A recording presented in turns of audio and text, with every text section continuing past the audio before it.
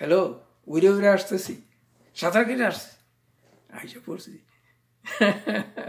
Hello, আসসালামু আলাইকুম, নমস্কার, গুড আফটারনুন। আমার নাম মহিউদ্দিন আহমেদ, ডাকনাম Kanchan. Today is 15th June 2025। Bagbari, Banikhara, দুইটা ছোট্ট গ্রামের নাম, দূরত্ব 2 মাইল, কিন্তু এই দুইটা গ্রামই আমাদের জীবনে, আমার ফ্যামিলি, আমার কি পুরা বংশের বেস, শিকড় কিংবা রুটস, ওই সম্বন্ধেই আমি বলবো। ধরেন 100 বছর কি তারও বেশি আগের কথা। তবে ওই আসল গ্রামের নাম ছিল, মানে আদিবাড়ির নামটা ছিল বয়রাতলা। হাসির নাম না, ওখানে কেউ বয়রা ছিল না। একদম নদী ধারে ছিল। তো আমার দাদা বেশ ধনী ছিল, নাম শুনলেই বুঝতে পারেন, তোরাওয়ালি তালুকদার। প্রচুর সহায় সম্পত্তি, জায়গা জমি ছিল, ফল গাছ ছিল, বিশেষ করে আম, কাঁঠাল আর গাছ। হ্যাঁ, মানে এত ফল হইতো যে এটা গাছ ধরে বিক্রি করে দিত। হ্যাঁ, ওটা একটা বিগ সোর্স অফ ইনকাম ছিল। এবং আমার দাদার আব্বার নাম ছিল ছিটু তালুকদার। আমার দাদার এক ভাই ছিল, তার নাম ছিল মকিম তালুকদার। এবং আমার দাদি দেখতে ছিল অনেকটা আমার বোন লাকির মতো। আর আমার দাদা দেখতে ছিল আমার বড় কাকার বড় ছেলে কুতুবুদ্দিন তালুকদার বা নুরু দাদার মতো দেখতে, কিংবা আমার আপন ভাই খোকনদার মতো দেখতে ছিল। হ্যাঁ, বেশ উঁচা লম্বা, জুয়ান জাহান, হাসি মুখ, সবাই পছন্দ করতো তাকে। পড়াশোনার প্রতি তার খুব আগ্রহ ছিল, ছেলে মেয়েদের জন্য অনেক চেষ্টা করছে। মানে মেয়েদের পড়াশোনা তো তখন তেমন সুযোগ ছিল না, কিন্তু ছেলেদের জন্য। আর আমার আব্বা ছিল তাদের মধ্যে সবচেয়ে ভালো, স্কুলের সেরা ছাত্র ছিল, সবসময় প্রথম দিকেই, প্রথম স্থানেই থাকতো, কিংবা প্রথম দিকের প্রথম কিছু আসনের মধ্যে থাকতো। এত সিরিয়াস ছিল, চিন্তা করে যে টিচারে বলতেছে যে স্যার আমি তো অনেক কিছু বুঝি না, আমার একটা সাবজেক্টে আপনার আমার পড়াইবেন। স্যার কয় মশলা, ওই আদর করিয়া তখন মুসলিমরে মশলা কইতো আর কি। মশলা আমি পারবো না। আমার আব্বা কম না, কই স্যার আমি কার কাছে শিখুন নাইলে, আপনার কাছে আমার শিখতে হইব। কই মশলা দেখ, তুই একটা সময় বাইর কর, তাহলে আমি তোরে পড়াবো। তখন আব্বা কয় আমি কেমনি সময় বের করবো, আপনি পড়াবেন, আপনি সময় করেন, আমি সেই সময় যাবো। তা টিচার আসলে খুব খুশি হয়েছে, ছেলেটার এত আগ্রহ পড়াশোনার প্রতি। আচ্ছা ঠিক আছে, শোন, তো ওই যে নৌকা কইরা, এই তখন ছিল বর্ষাকাল, নৌকা কইরা আমরা যখন স্কুলে যাবো 15-20 মিনিটের পথ, ওই সময় তোরে আমি পড়ব। দেখছেন, দ্যাটস দ্য স্টুডেন্ট। ওরকম ছাত্র ছিল। ক্লাস 5 সে বৃত্তিও পেয়েছিল আমার ফাদার। আবার সে টিউশনিও করাইতো, হ্যাঁ, ওই বয়সেই। তারপর 1939-এ সে ওই স্কুল থেকে ফার্স্ট ডিভিশন ম্যাট্রিক পাস করছে। চিনতে পারতো, মানে বিগ ডিল। এখন হয়তো এটার তেমন কিছু মনে হয় না, কিন্তু তখনকার মেট্রিক পাস আজকাল দিনে বিএ পাস, এম এ পাসের সমান এই হিসেবে ধরা হইতো।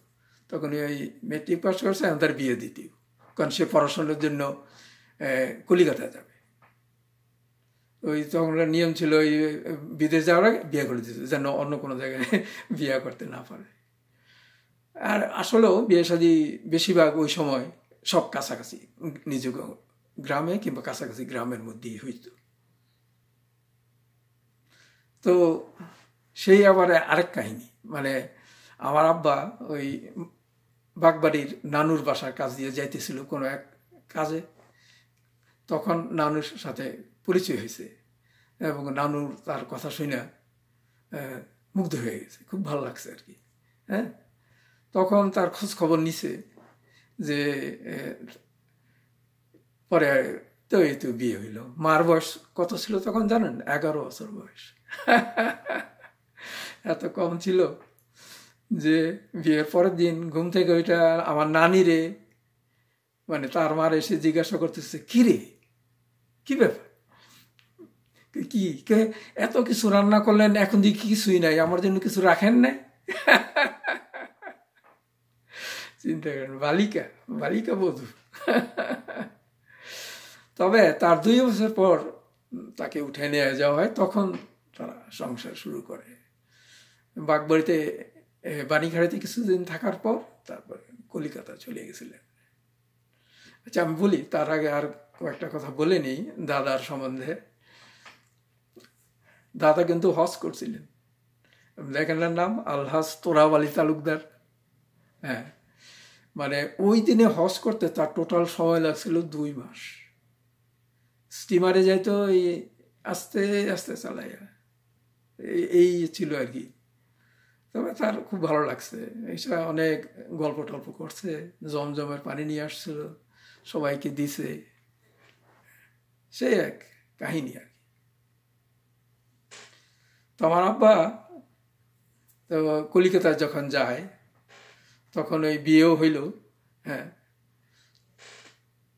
তার সাথে ওই মা এবং আমার ওই এক মামা যে আজিজ মামা তার সাথে নিয়ে গেছিল আচ্ছা তার আগে আর কয়েকটা কথা বলি যে আমার কাকাদের সম্বন্ধে আমার বড় কাকার নাম হচ্ছে আবুল তালুকদার তারপরে ইদ্রিস তালুকদার ওই যে সেন্ট্রাল রোডে যে থাকে আর বড় কাকা বেশিরভাগ সময় দেশেই ছিল মাঝে সে কিছুদিন আসাম ছিল ব্যবসা করতে ইউনুস তালুকদার উনি ওই রাজনীতি করতো অনেক এবং গ্রামেই ছিল তবে এই সদরঘাটে ওনার দোকান ছিল তারপরে আমার আব্বা মুসলিম উদ্দিন তালুকদার আর আমার ছোট কাকা ওবায়দুল হক তালুকদার আর ফুফিদের মধ্যে বড় ফুফি নাম ছিল জবেদা খাতুন আর উনি শেষ জীবনে উনি ওই বড় কাকার বাইনখারা গ্রামেই ছিলেন ওনাদের সাথে আর মেজো ফুপি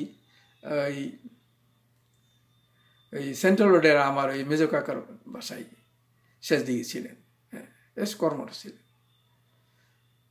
আমার বড় ফুপি হেভি রাগে ছিল মানে মেজাজি ওই ভাত এরম করে নিয়ে টিনের থলে ফিক্কা মারতো টং করে শব্দ হইলে খাইব না মানে বেশি শক্ত হয়ে গেছে ভাত বলছেন ওই রাগ আমাদের মধ্যে অনেকে পাইছে অলরাইট অ্যান্ড